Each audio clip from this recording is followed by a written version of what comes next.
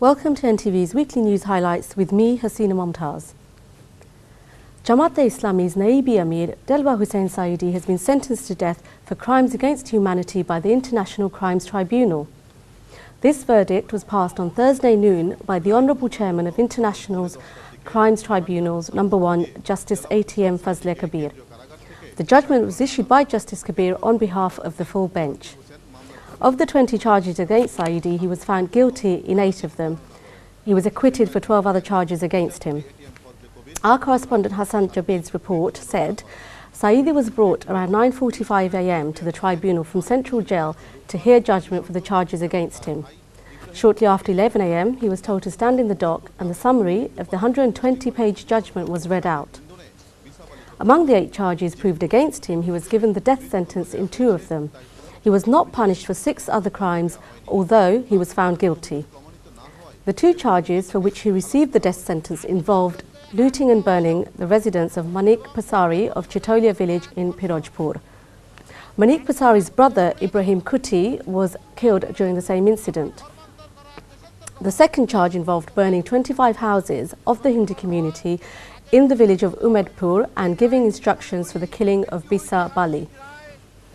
Sayeedi was not sentenced for the other 6 charges for which he was found guilty because he was given the death sentence. The Honourable Attorney General, Advocate Mahboobi Alam, later said that this verdict is a historical judgment enshrining the spirit of the liberation, although it was 41 years later. He said that by this verdict, the departed souls of the liberation martyrs would receive peace. For the defence, Sayeedi's advocate Barrister Abdul Razzaq said this verdict was an injustice against Maulana Sayeedi and he should have been acquitted of the charges. He said that he and his client are aggrieved by the judgment and hope to appeal to get justice at the High Court. On Thursday, the International Crimes Tribunal issued a death sentence against Jamaat-e-Islami's Naibi Amir Maulana Delwar Sayeedi for war crimes committed during the 1971 Liberation War of Bangladesh. This news has inevitably attracted the attention of the international media, especially CNN, the BBC and Al Jazeera. Reuters reported that the verdict has led to widespread violence in many regions in Bangladesh, resulting in numerous deaths. The Times of India focused on the issue that the verdict was celebrated in many places in Bangladesh. Although the main news outlets gave their brief details of the trial, in-depth reaction has yet to come. The call for Hartal by Jamaat-e-Islami and the Bangladesh government's attempt at containing it has been noted. On Friday, BNP chairperson Begum Khaleda addressed the nation from her Gulshan residence. She warned that the country is in its most dangerous situation since the War of Independence and called for countrymen to come out onto the streets in an attempt to contain the situation. She said that Islam and the War of Liberation had been, in a deliberate way, made to oppose each other. She has called for a dawn-to-dusk countrywide Hartal this Tuesday in order to protest against the government's corruption, misrule, torture and indiscriminate killings.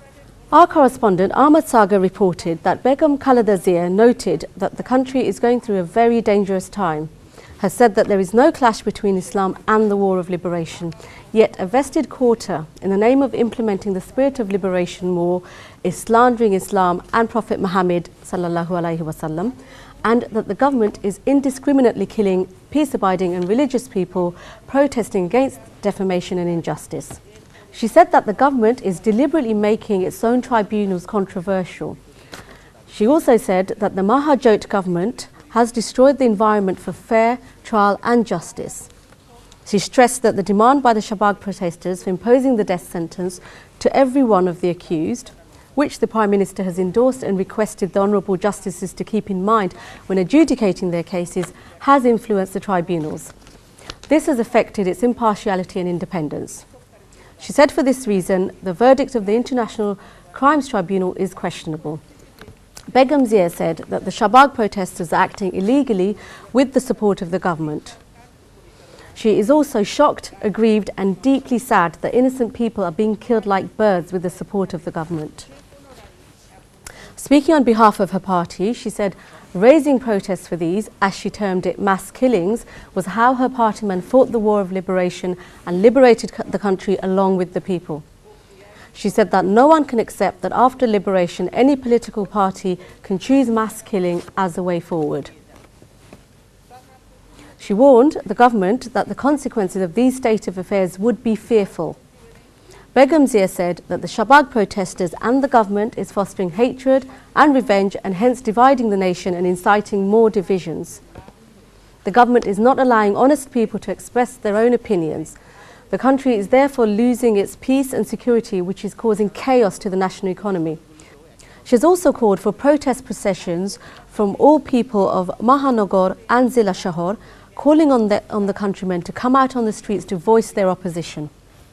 On Wednesday, the Honourable Home Minister told journalists that the investigation into the brutal killing of the journalist couple Saga and Rooney has yielded a new development. 2 samples of DNA of the 2 accused are being scrutinised.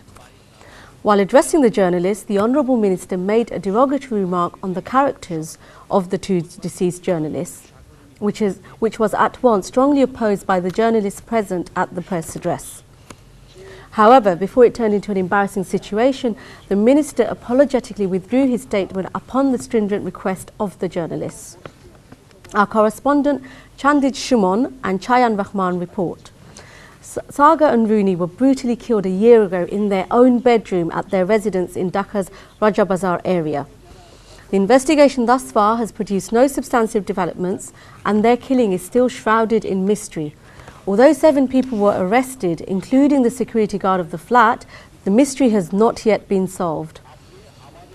On Wednesday, the Honourable Home Minister, Dr. Mohiuddin Khan Alamgir, while addressing the journalists at the Secretariat, said, "The weapon that was used to brutally murder the couple, as well as parts of their clothing, had been sent to the USA for investigation."